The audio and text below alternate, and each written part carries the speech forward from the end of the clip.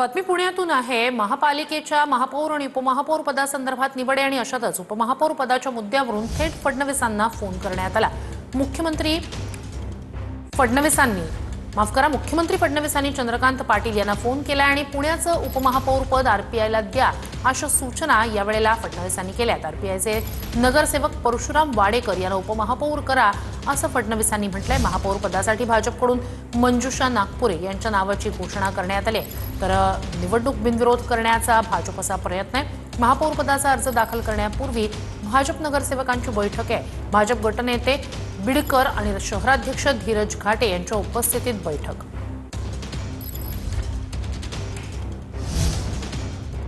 तर पुण्यातल्या महापौर आणि उपमहापौर पदाच्या निवडीसाठी लक्ष्मी आंदेकर, सोनाली आंदेकरला तुरुंगातून सभेला उपस्थित राहण्यासाठी बोलावलं।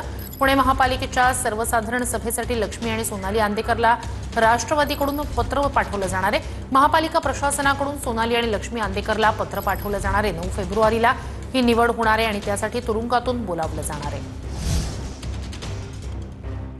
तर थेट या सगळ्या संदर्भात अधिक जाणून घेऊया आपले प्रतिनिधी योगेश बोरसे यांच्याकडनं। योगेश, एकीकडे पुण्यात महापौर आणि उपमहापौर पदासाठी नावं निश्चित झाल्याची बाब समोर येते। यासोबतच सोनाली आंदेकर आणि लक्ष्मी आंदेकर यांच्या संदर्भात एक महत्त्वाची अपडेट महापौर पदाच्या निवडणुकीसंदर्भातली समोर येते। काय नेमकं? श्रुती, आज पुणे महापालिकेच्या महापौर आणि उपमहापौर पदासाठी अर्ज दाखल केले जाणार आहे। मात्र त्यापूर्वी भाजपकडून 2 नावं ही निश्चित करण्यात आलेली आहे। मंजुषा नागपुरे प्रभाग क्रमांक 35 मधील नगरसेविका आहेत आणि त्यांचं नाव हे महापौर पदासाठी धीरज घाटे जे भाजपचे शहराध्यक्ष आहेत त्यांच्याकडून घोषणा करण्यात आलेली आहे। तर दुसरं नाव अर्थात उपमहापौर पद हे आरपीआयला देण्यात आलेलं आहे। त्यामुळे परशुराम वाडेकर यांचं नाव उपमहापौर पदासाठी निश्चित करण्यात आलेलं आहे आणि आता हे दोन्ही उमेदवार थोड्याच वेळात आपला महापौर उपमहापौर पदासाठी अर्ज दाखल करतील। मात्र ही निवडणूक बिनविरोध व्हावी अशा पद्धतीचे प्रयत्न भाजपकडून होते।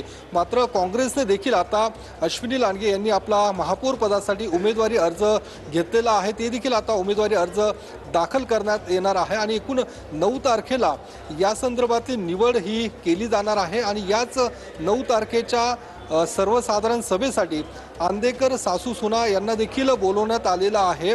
लक्ष्मी आंदेकर आणि सोनाली आंदेकर यांना देखील या सर्वसाधारण सभेला उपस्थित राहण्यासाठी राष्ट्रवादी काँग्रेसकडून आणि दुसरीकडनं महापालिका प्रशासनाकडून पत्र पाठवलं जाणार आहे आणि तुरुंगातून या दोन्ही सासू सुनांना आपला या निवड प्रक्रियेसाठी उपस्थित राहण्यासाठी